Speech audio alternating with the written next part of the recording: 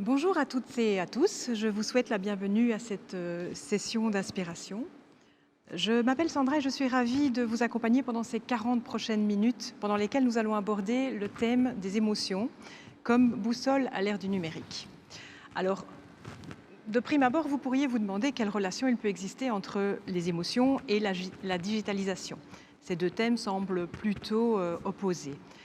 Avec le numérique, notre manière d'organiser le travail a été totalement bouleversée, occasionnant au passage plus d'isolement et une plus grande distance entre les gens. En ne communiquant qu'à distance et sans contact physique avec notre environnement habituel, comment pouvons-nous parvenir à rester connectés à celui-ci? Dans ce contexte, plusieurs questions se posent. Comment donnons-nous à ces émotions assez de place? Ont-elles leur place au travail ou est-ce déplacé d'exprimer nos sentiments? Et comment gérons-nous cela à l'ère du numérique? Pour répondre à ces interrogations de manière plus large, notre invitée est coach d'équipe, coach individuel et formatrice depuis 25 ans en entreprise pour d'illustres marques. Elle nous est confiée par Walk Your Talk, qui propose des formations professionnelles pour communiquer avec une valeur ajoutée, tout un programme. J'ai le grand plaisir d'accueillir avec nous Madame Yannick Leerman. Bonjour Yannick. Bonjour bienvenue. Sandra, merci pour cette belle introduction et merci à vous de l'autre côté de l'écran d'être présent pour cette session d'inspiration. Alors moi je suis ravie d'être là aujourd'hui et de pouvoir vous parler d'un sujet qui m'est super cher. Ça vous allez voir à mon enthousiasme et qui est au centre de mon travail en entreprise depuis plus de 25 ans. J'ai un peu perdu le fil des années. Alors ce que je vais faire avec vous, je vais aborder 3 volets. Le premier, c'est un cadre, le b.a.-ba des émotions. Le deuxième, c'est comment gérer mes propres émotions. Et le troisième, c'est comment gérer les émotions de l'autre. Mais d'abord, un petit poll que nous allons lancer, un sondage. Il y a 4 options pour la réponse et je vais vous demander de ne pas seulement répondre avec la tête, mais aussi de vous mettre en situation. Lorsque je suis au travail, en digital, et qu'il m'arrive une émotion, que ce soit chez moi, que ce soit chez l'autre, qu'est-ce qui se passe vraiment chez moi à ce moment-là? Qu'est-ce que je pense vraiment? Voilà, nous lançons le poll et je reviendrai tout à l'heure sur les réponses. Je vous emmène à travers le cadre, le premier volet, le cadre. Alors nos émotions, cadre et importance, et j'ai mis nécessité, parce que les émotions, c'est nécessaire. Sinon, je ne serais pas là aujourd'hui. Donc pourquoi est-ce qu'on fait ce webinaire aujourd'hui? Parce qu'il est grand temps, ça urge. Et en fait, la pandémie, l'époque, c'est la pandémie. La pandémie, elle fait 2 choses. D'abord, elle amplifie ce qui existait déjà, et ensuite, elle crée de nouvelles choses. Qu'est-ce qu'elle amplifie? Vous pouvez lire, elle amplifie le nombre de dépressions en croissance, les troubles anxieux, les suicides, les listes d'attente chez les psys. Le sondage récent par rapport à la joie de vivre, septembre 2019, janvier 2021, quand même une baisse de 7,4 à 6,1. Et ce que la pandémie amplifie aussi, ce qui existait déjà aussi, c'est que le lieu du travail, depuis longtemps, n'est plus séparé du lieu privé. Depuis l'arrivée du digital des GSM, de l'époque fin des années 90, depuis les ordi portables, le lieu du travail et le lieu privé ne sont plus séparés. Qu'est-ce que la pandémie crée? Elle crée le télétravail obligatoire. Avant, je rencontrais des gens qui me disaient « Ah, super, j'ai droit à une journée de télétravail par semaine. » Ça veut dire émotion, parce que je fais le lien avec les émotions, je suis content. Maintenant, nous sommes tous obligés de faire du télétravail. Et on a été, pendant le lockdown, on a été obligés de faire du télétravail du matin au soir. Heureusement, pas du soir au matin. Et ça engendre une émotion très, très différente, pas la joie. Ce que la pandémie crée aussi, c'est la distance. Et s'il y a un truc à retenir de ce webinaire ou qui vous inspire, c'est ça. Nous sommes des êtres sociaux. Lorsque nous sommes nés, nous sommes tous nés, la première réalité, c'est que nous sommes attachés.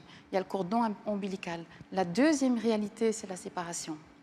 Et même s'il y a des gens qui disent « moi j'ai un peu moins besoin de contact, moi j'ai un peu plus besoin de contact », nous avons tous besoin de contact. Les gens qui vous disent, ou si peut-être de l'autre côté de l'écran il y a quelqu'un qui dit « mais moi le contact, j'ai pas besoin », c'est tout simplement pas vrai.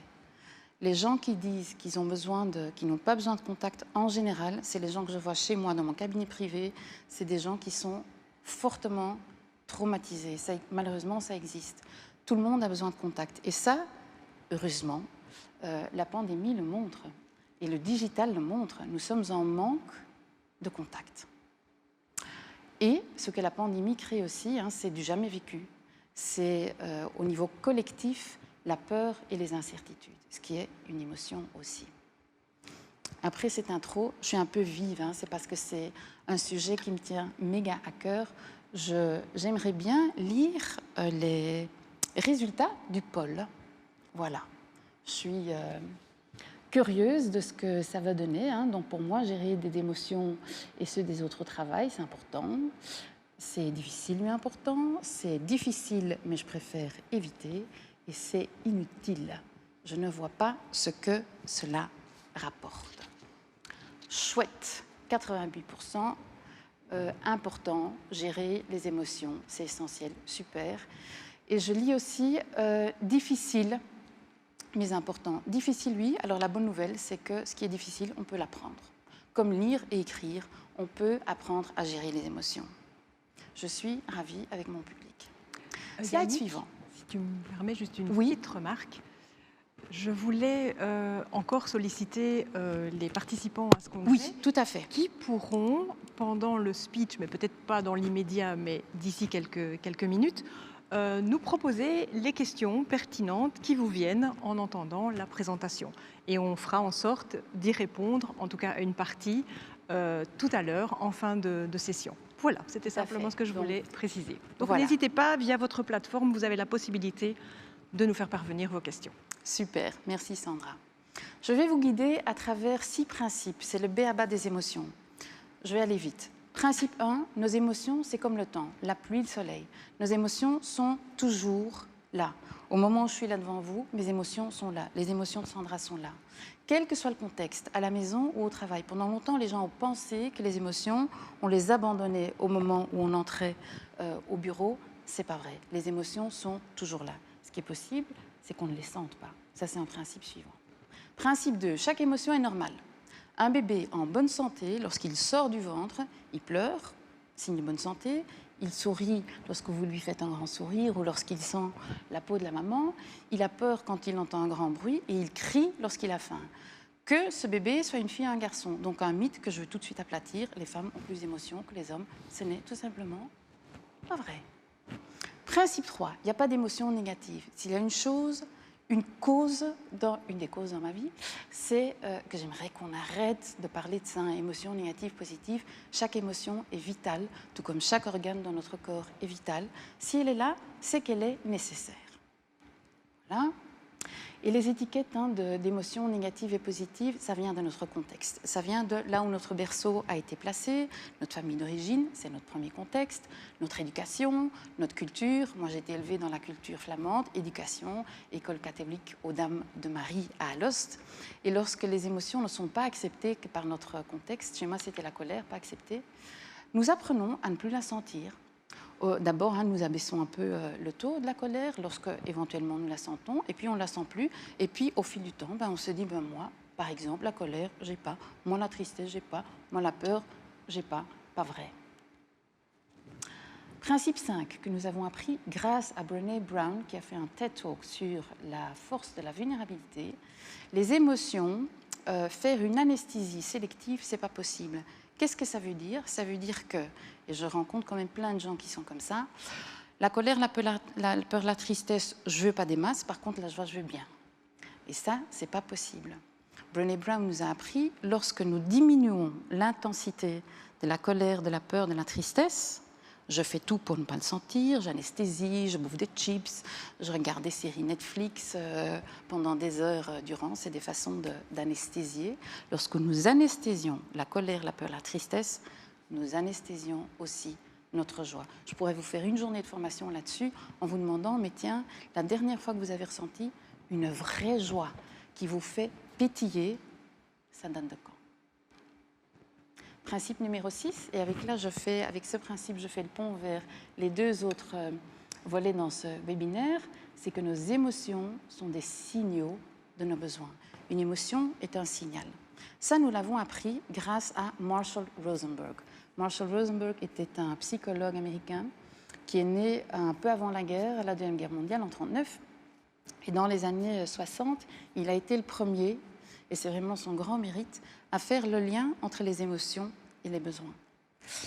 Qu'est-ce qu'il nous a appris? Il nous a appris que tout le monde, zéro exception sur cette terre, tout le monde a des émotions. Que tout le monde a également des besoins. À ce niveau-là, nous sommes tous pareils. En deux, toutes les émotions sont normales et tous les besoins sont normaux. Nous sommes tous pareils à ce niveau-là. En trois, tous les besoins sont légitimes et toutes les émotions sont légitimes. Et en quatre, et ça c'est le gros truc, lorsque nous ressentons de la joie, ça veut dire qu'un besoin, c'est-à-dire que quelque chose qui est important pour nous, a été comblé. Lorsque nous ressentons la peur, la tristesse, la colère, c'est qu'un besoin n'a pas été comblé. Et ça a été le travail de Marshall Rosenberg, de lier l'émotion au besoin. Ça s'appelle la communication non violente, pour les fans NVC, Non-Violent Communication. Et lui, le côté non violent, c'est qu'il met tout le monde au même niveau. Nous avons tous des besoins, nous avons tous des émotions, et l'émotion est un signal d'un besoin comblé, non comblé. L'essentiel de ce webinaire. Concrètement, ça veut dire toujours, et surtout en temps de crise ou en temps d'incertitude, écoutez vos émotions, écoutez votre corps. L'écoute dans notre culture est faible. Exprimez vos émotions. Pour pouvoir les exprimer, ça c'est l'apprentissage. Je lisais dans le Paulin, difficile, mais ça s'apprend, développer un vocabulaire émotionnel. Prenez conscience de vos besoins parce qu'ils sont normaux et légitimes. Apprenez ou retenez de ce séminaire qu'une émotion est un signal d'un besoin. Joie, besoin comblé, peur, colère, tristesse, besoin non comblé. Et action, prenez les devants.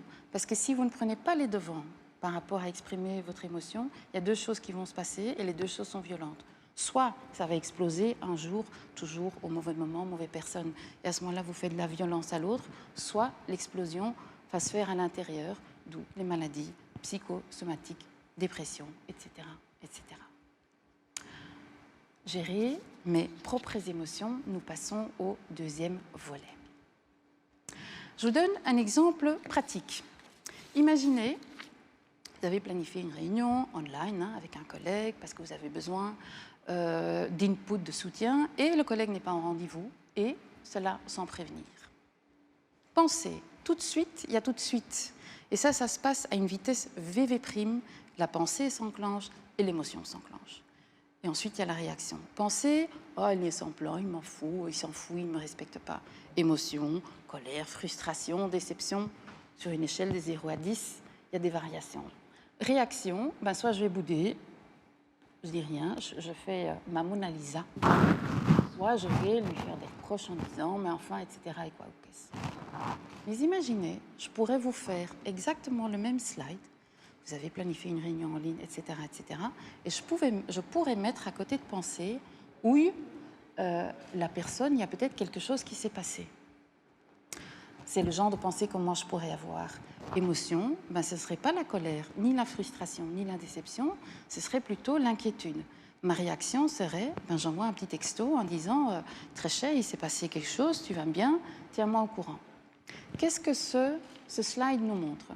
Ce slide nous montre, et de un, qu'une même situation, et vous vivez des situations tout au long de la journée, qu'une même situation engendre une pensée.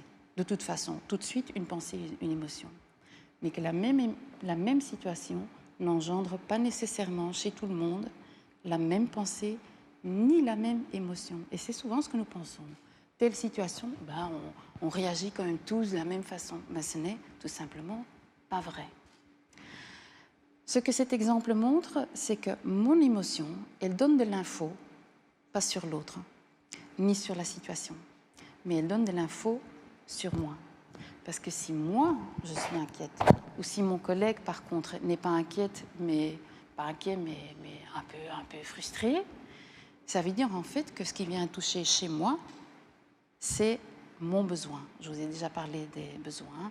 Mon besoin moi j'aime bien que tout le monde se sente à l'aise, que tout le monde est bien. Et chez le collègue qui est frustré, ben, ça veut dire peut-être que lui, il est un peu comme mon papa, super, méga ponctuel. Chez mon père, 9 heures, c'était pas 9 heures, mais c'était 8h59. Et donc, moi, lorsque moi j'arrivais à 9h01, genre, plus à 9h10, hein, j'étais très en retard. Mais qu'est-ce que ce slide vous montre? Ça vous montre que lorsque je ressens une émotion, il ne faut pas que je la projette et que je la jette sur l'autre. C'est toi qui me fait sentir comme ça? Non. Une émotion, c'est une info sur me, myself and I. Évitez les pièges.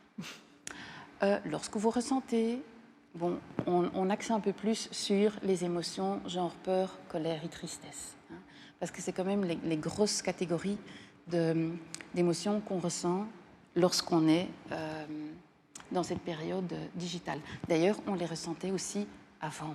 Hein, mais le digital ne fait que mettre le spot là-dessus. Je vous invite de lire la dernière phrase, le dernier petit point. Exprimer.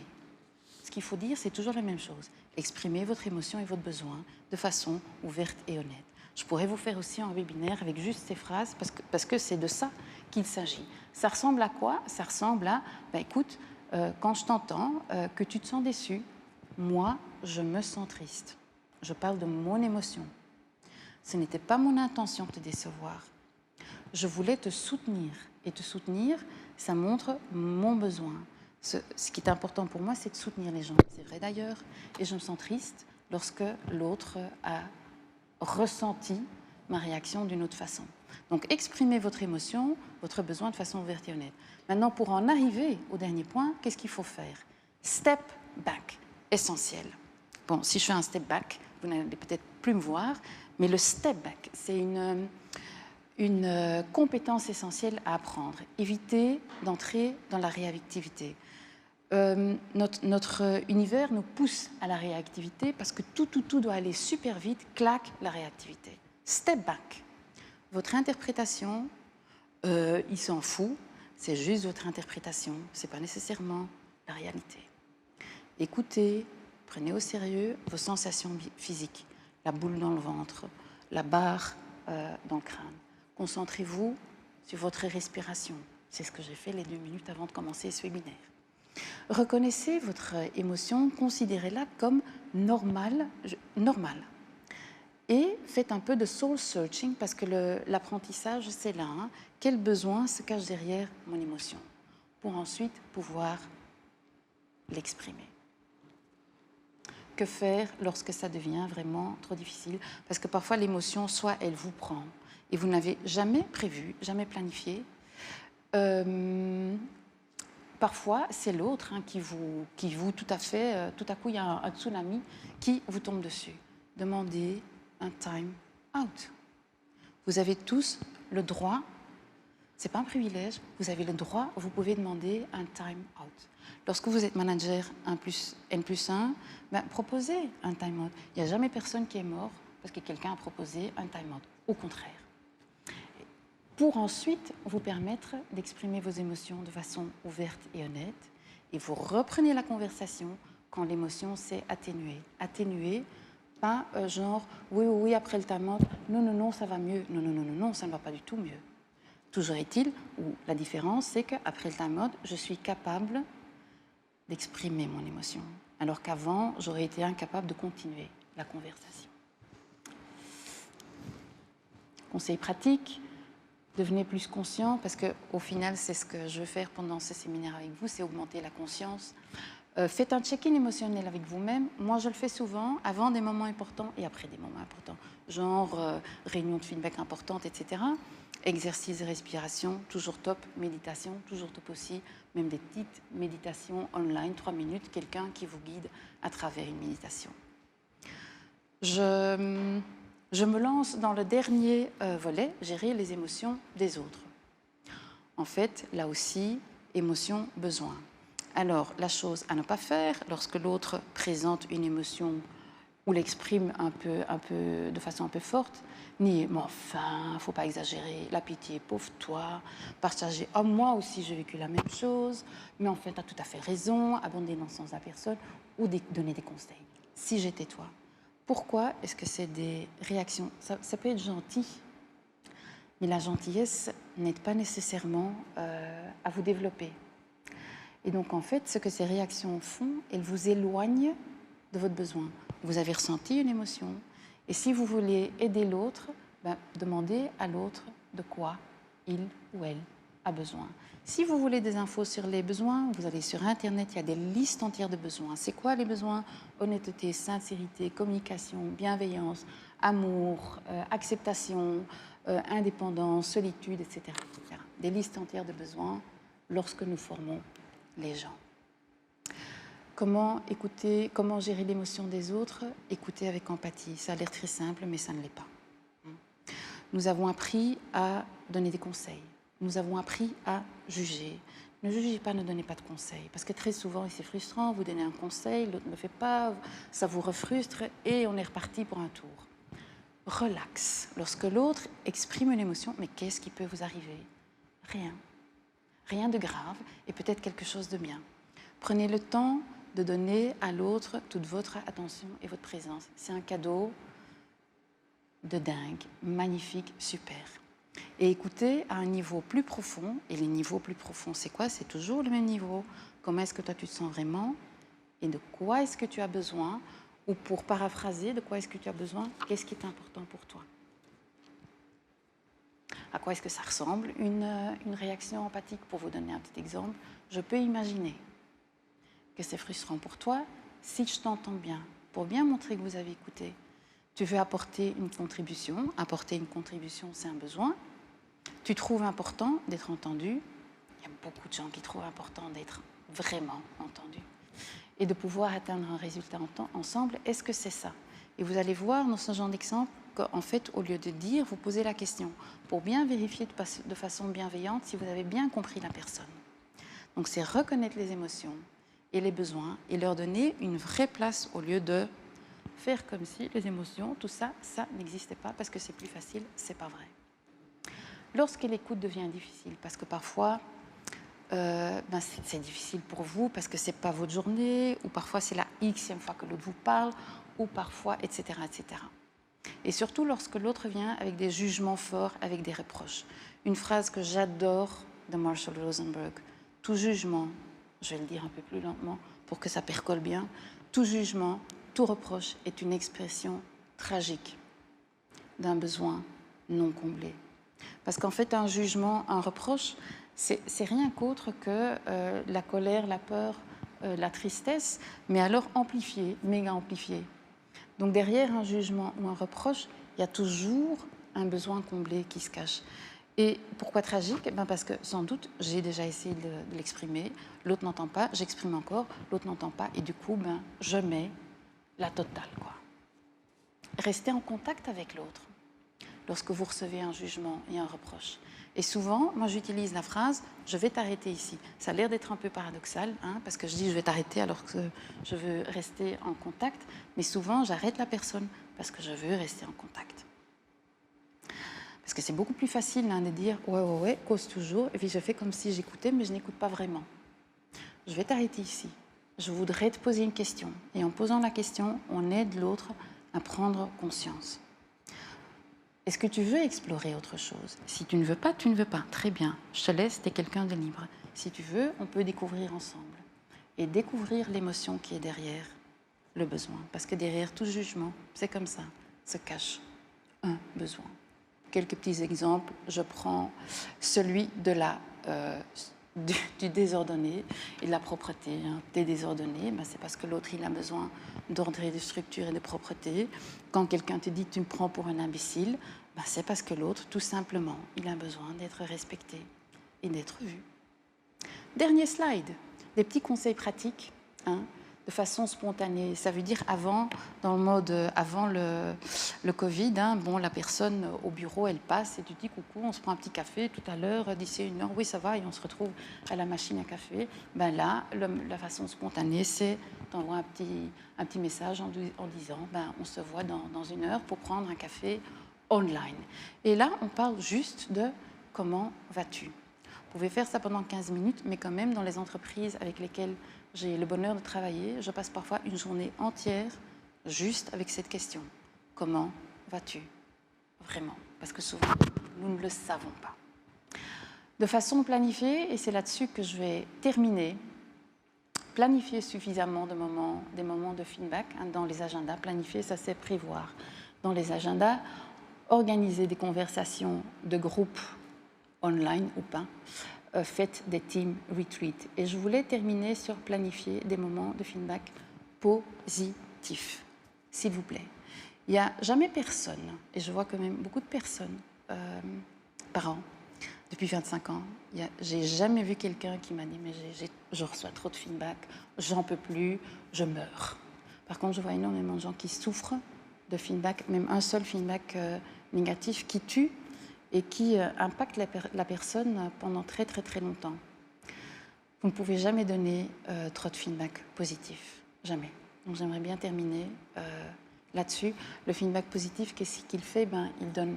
Il donne la joie, et surtout à l'époque digitale, nous avons assez de peur, d'incertitude, de tristesse. Un peu de joie fait du tort à personne et peut sauver des vies. Mais voilà. Merci Yanni. Sandra. Très gentil. C'est particulièrement intéressant d'avoir pu t'écouter jusqu'au bout. Merci beaucoup pour le partage de ton expertise sur le sujet, vraiment. Je vais me tourner vers quelques questions que nous avons reçues. J'en ai déjà une que j'avais notée ici. Donc Philippe dit que la situation est difficile quand la communication est à sens unique avec l'employeur et que le manque de retour provoque souvent une frustration et peut pousser à bout. Alors qu'est-ce qu'on peut faire dans ce cas-là? Donc le plus dur, c'est d'avoir une communication dans un sens, et quand les supérieurs, bon, vous avez sans doute déjà senti que je suis assez cash, donc je vais être cash là-dessus. Les supérieurs, ils ont une responsabilité, point. Tout comme, ils ont plus ou une autre responsabilité que les gens qui ne sont pas N+1. Tout comme les parents ont plus de responsabilités que leurs enfants. Donc un supérieur qui entretient la communication dans un sens, pour moi, ce n'est pas quelqu'un qui a le droit d'être supérieur. Simple, et il doit être formé, point. Là, ça dépend évidemment de la culture de l'entreprise. Moi, je connais des cultures d'entreprise qui, depuis longtemps, travaillent ce genre de choses, et où, de fil en aiguille, les supérieurs comprennent, si je ne vais pas me mettre à la sauce de tout ce que je raconte ici, je ne vais pas recevoir ma promotion suivante, où je vais être recadrée. Mais je trouve que c'est une responsabilité absolue si on veut être supérieur, point. Et dans ce sens-là, si vous avez face à vous un supérieur qui entretient la communication dans un sens, le plus simple, c'est de vous taire. Mais ce n'est pas sain. Merci. Voilà. Moi, j'avais une petite question. Une autre question, cash? Non, pas du tout. Pas cash, non. Mais tout à l'heure, tu abordais le fait de gérer l'émotion des autres, les émotions des autres. Et ça, c'est une question que j'ai, moi. Est-ce que l'autre sait vraiment ce qu'il a comme besoin? Non. C'est ma question. Est-ce qu'il peut identifier ses besoins lui-même? Non. C'est pour ça, les besoins, vous n'apprenez pas ça comme ça. Nous ne l'apprenons pas à l'école, malheureusement. Donc, en fait, les besoins, comment j'ai appris ça? Moi, j'ai appris ça en thérapie. Vous ne devez pas entrer en thérapie, dans ma formation en thérapie. On apprend ça dans des formations. Et dans les formations, en entreprise ou en dehors de l'entreprise, dans les formations, on apprend à connaître ses besoins. Parce que nous nous connaissons mal, nous nous connaissons très mal. Ça ne fait pas partie de notre éducation, chez moi à la maison, ni chez moi à l'école. C'est plus dans la tête, le mental. Et en fait, on ne se connaît pas bien. Une première chose que vous pouvez faire, c'est vous allez sur, c'est ce que je demande souvent aux gens, vous allez sur Internet, vous lisez la liste, parce qu'il y a des listes entières de besoins. Et les besoins sur lesquels vous allez tilter tout de suite, et tilter, c'est « Ah, je sens, ah oui, ça c'est moi », ça c'est votre package de besoins. On a tous quand même comme ça une dizaine ou une quinzaine de besoins qui voyagent avec vous à travers toute votre vie. Et puis un petit set de besoins qui s'ajoutent au moment où dans notre vie, on vit des situations particulières, genre un premier bébé, genre un déménagement, genre par exemple chez moi, hein, j'ai perdu mon papa, ma maman, elle a 81 ans, elle va sans doute plus vivre pendant 30 ans, donc un jour je vais la perdre. Donc des besoins qui, au moment où nous vivons une situation nouvelle, et souvent assez unique, qui ne va plus se produire des masses dans notre vie, ben à ce moment-là, il y a des besoins nouveaux qui naissent. Mais c'est un travail sur soi, hein, les émotions, c'est un travail, et les besoins, c'est un travail sur soi. Nous n'écoutons plus nos émotions, c'est vrai. Et nous gardons trop ancrés, c'est vrai, jusqu'à l'implosion, c'est vrai. Et donc en fait, le choix, c'est un choix aussi. Tout ce que je viens de vous dire, et j'ai peut-être un peu parlé trop rapidement, mais tout ça, c'est... Et de un, c'est un apprentissage dans des formations, mais de deux, c'est un vrai choix de vie. Qui est-ce que tu veux être dans cette vie, sur cette planète, en ce moment de l'histoire? Qui est-ce que tu veux être? Est-ce que tu veux continuer à nourrir l'ancien paradigme, les émotions, à la maison et encore, pas au travail? Je me fais violence à moi. Est-ce que c'est vraiment qui tu veux être? J'espère que non. J'espère que non. Voilà. Et donc c'est... Une dernière petite question? Oui. Oh non, mais moi je peux parler pendant des heures. La dernière? Oui, pourquoi pas. Alors, je mets mes lunettes. Ah oui. Alors, hein, je peux la lire. Dans cette époque digitale, les relations humaines sont primordiales, tout à fait. La technologie déshumanise, tout à fait d'accord. Le rendement doit toujours être plus rapide, pas très sain, et les patrons s'habituent. Bon. Alors, je vais vous dire, je travaille quand même avec des patrons. Je rencontre aussi des patrons top. Ils existent aussi. Hein. Je rencontre beaucoup de patrons top, je rencontre beaucoup de managers, parce que je travaille principalement avec des managers, je rencontre beaucoup de managers top. Et en deux, je voulais dire, je ne sais pas si vous connaissez Yuval Harari, c'est la rockstar intello de notre époque. Et lui, il dit plus, et ça les entreprises ne l'ont peut-être pas encore compris, plus l'intelligence artificielle va prendre une place dans notre monde, plus l'intelligence émotionnelle est importante. Et donc, si l'intelligence artificielle grandit et prend plus de place, il est nécessaire que l'intelligence émotionnelle évolue en même temps. Et ça, c'est à nous d'être responsables de ça. Et je pense que chacun doit, je vais le dire comme ça, je trouve que chacun doit mettre sa pierre à l'édifice et que ce n'est pas uniquement le job des patrons. Pas uniquement. Si vous en avez un ou une qui est à l'écoute, c'est top. Une dernière question? Vous pouvez proposer alors avec votre équipe des formations sur la communication non violente.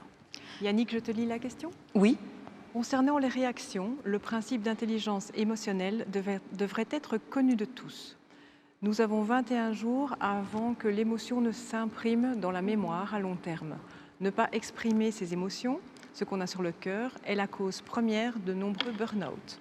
Oui, et donc ce qui est tragique, j'ai pas l'impression que c'est une question, c'est tout à fait vrai ce que la personne dit. Ce qui est étrange, c'est que nous savons ça, mais pour le faire, c'est un grand pas.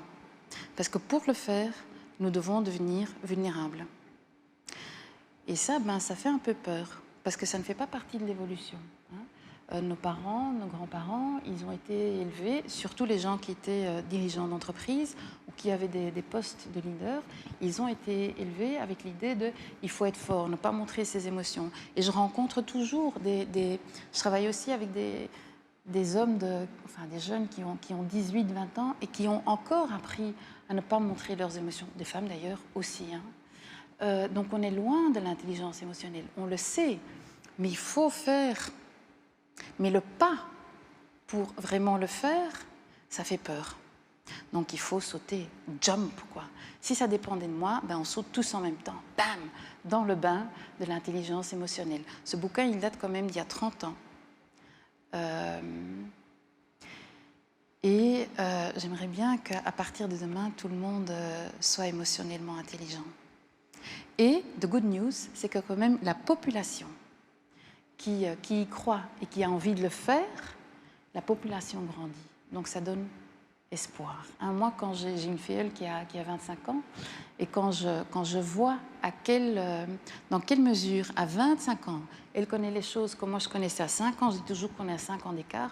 Moi, j'ai appris à 30 ans les choses qu'elle apprend et qu'elle intègre déjà à 25 ans, ça donne espoir. Et je vois ça aussi chez des garçons. Oh, merci pour ce bel exposé, ça me touche. Voilà. Et il y a aussi de bons leaders qui veulent vraiment. Et si de temps en temps, donnez-leur aussi un peu la possibilité de faire des erreurs, parce que l'intelligence émotionnelle ou apprendre à exprimer ses besoins, c'est pas « ah, j'ai compris, donc à partir de maintenant, je le fais parfaitement ». Mais c'est impossible de le faire parfaitement. C'est impossible. C'est un autre bouquin super de La force de l'imperfection, aussi, Brené Brown. C'est impossible d'être parfait. Donc soyez gentils avec l'autre, pardonnez, faites attention lorsque l'autre fait un effort, au lieu de dire ce qu'il ne fait pas, regardez ce qu'il fait, ça fait grandir. Alors oui, je pourrais encore parler pendant longtemps, mais je pense qu'on va... On arrive au terme de cette session. Merci beaucoup pour cette présentation très inspirante. Mais avec plaisir. Merci énormément aussi à toutes les personnes qui nous ont suivis. Je vous souhaite une bonne suite de congrès et je vous dis à bientôt, j'espère. Merci beaucoup. Merci beaucoup.